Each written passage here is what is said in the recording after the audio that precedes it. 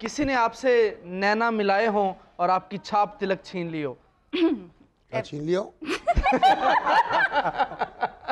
جس طرح ہے نا چھاپ تلک سب چھین لی رے مجھ سے نینا ملائی کے، سو جوانی میں لڑکپن میں کسی نے نینا ملائے ہوں اور چھاپ تلک چھین لی ہو۔ اوہو، واہ واہ واہ واہ، اسی اوہو سے سارا کچھ سمجھ آ گیا۔ اب کیا کہیں گے آپ؟ یہ ہم نے تو اپنی بیگم سے ہی نینا لڑائے۔ مجھے پتا تھا یہ تو آپ ڈپلومیٹک جواب دے رہے ہیں کیونکہ آپ نے گھر جانا ہے۔ مجھے نہیں گھر جانا ہے، مگر حقیقت تو یہی ہے۔ ہاں اچھا، انہی سے محبت کی شادی ہوگی پھر؟ نہیں، شادی پہلے کی، محبت بعد میں۔ اچھا ٹھیک ہے، ٹھیک، محبت پہلے ہو جائے یا بعد میں ہو جائے، فوکس شادی پہ ہونا چاہیے۔ ہاں فوکس ہے، تو ایسی محبت جس سے شادی نہ ہوئی ہو؟ وہ کہہ تو رہے ہیں صرف۔ تو نیلم، اس پورے سینیریو میں یہ جو انڈو پاک جھڑپ تھی یا جو بھی تھا، اس سے وہاں کی جو پاکستانی کمیونٹی ہے اس میں اعتماد مزید بڑا، وہاں پہ کیا حالات تھے؟ آئی تھنک پولرائزیشن پاکستان میں بہت ہے، اور یہی یو کے تک بھی چلی گئی تھی پاکستانیوں میں، لیکن پھر ہم نے دیکھا کہ جب انڈیا کی جانب سے پاکستان ہائی کمیشن کے باہر احتجاج کیا جا رہا تھا انڈینز کی جانب سے، تو پھر چاہے کوئی پی ٹی آئی کا سپورٹر تھا یا پی ایم ایل این کا سپورٹر تھا یا پیپلز پارٹی سے اس کا تعلق تھا، سب اکٹھے ہو گئے تھے۔ پاکستان ہائی کمیشن ایک بلڈنگ ہے، لیکن وہ کس کو سمبلائز کرتی ہے؟ پاکستان کو۔ ہمارا پرائیڈ، ہماری عزت، وہ صرف ایک عمارت نہیں تھی، ہمارے لیے ایک ریکگنیشن تھی۔ تو پھر وہاں پہ سب پہنچے، اور جس طرح سے انہوں نے پرامن طریقے سے، کیونکہ وہاں سے کچھ اریسٹ بھی ہوئے، ایک پاکستانی اریسٹ نہیں ہوا، انڈینس اریسٹ ہوئے وہاں سے، اور بڑے خوبصورت انداز میں ایک یونٹی کا پیغام بھی دیا گیا۔ اور پھر ہر روز پاکستانی وہاں پہ جاتے تھے، اپنے ہائی کمیشن کے باہر کھڑے ہو جاتے تھے کہ کوئی اس کی طرف میلی آنکھ سے نہ دیکھے، اور آلدو کہ پولیس بھی ہوتی تھی لیکن پاکستانی خود بھی اس کا تحفظ کرتے تھے۔ تو آئی تھنک جیسے مجیب الرحمان شامی صاحب نے بولا کہ یہ اتنے سالوں بعد مطلب ہم نے یہ یونٹی دیکھی ہے، یہ اتنی ہم مس کر رہے تھے، اس کے لیے اتنا بے قرار تھے، اتنا دل سے دکھ ہوتا تھا کہ کیا ہو گیا ہے۔ بٹی صاحب، آپ بھی بڑے سیاستدانوں سے ملتے ہیں، ہر مکتبہ فکر کے لوگوں سے ملتے ہیں، آپ کیا دیکھ رہے ہیں پاکستان کے حالات، اور اسپیشلی جو انڈو پاک سچویشن میں مارکہ حق ہم نے جیتا ہے الحمدللہ، اس پہ بھی روشنی؟ میں تو یہ سمجھتا ہوں کہ ہم بہتری کی طرف جا رہے ہیں، ملک میں سٹیبلٹی بھی آ رہی ہے، ہمارے جو معاشی صورتحال ہے وہ بھی بہتر ہو رہی ہے۔ ڈپلومیٹک فرنٹ پہ ہم نے جتنا اچھا کیس اس بار ہم نے پلیڈ کیا ہے، اور اس وقت پوری دنیا جس طرح پاکستان کے ساتھ کھڑی ہوئی ہے، اس کے لیے ہمارے افواج کو، ہماری حکومت کو، ان کو خراج تحسین پیش کرنا بنتا ہے۔ انڈیا جو کہ اپنے آپ کو اس علاقے کا چودھری کہتا تھا، وہ اس کو ہم نے بالکل آئسولیٹ کر دیا تھا، اب اس کے ساتھ تو کوئی کھڑا ہی نہیں ہو رہا۔ ایون اس کے جو الائز تھے وہ بھی اس کے حق میں اس طرح کھل کے نہیں بول رہے، اور پاکستان نے ہر جگہ پہ پاکستان کے موقف کو پذیرائی ملی ہے۔